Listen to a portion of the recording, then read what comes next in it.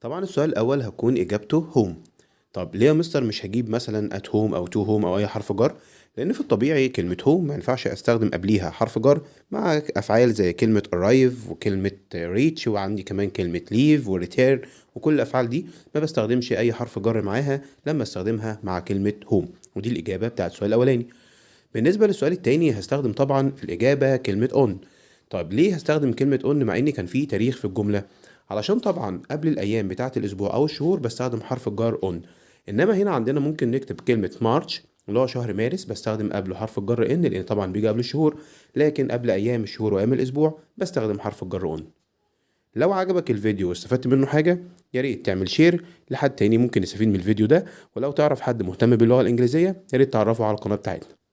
ولو انت مهتم بالتعمق في اللغة الإنجليزية وأسرار اللغة الإنجليزية أكيد طبعا هيشرفني وجودك في القناة ومتابعة باقي الفيديوهات. أشوفكم في فيديو جديد، مع السلامة.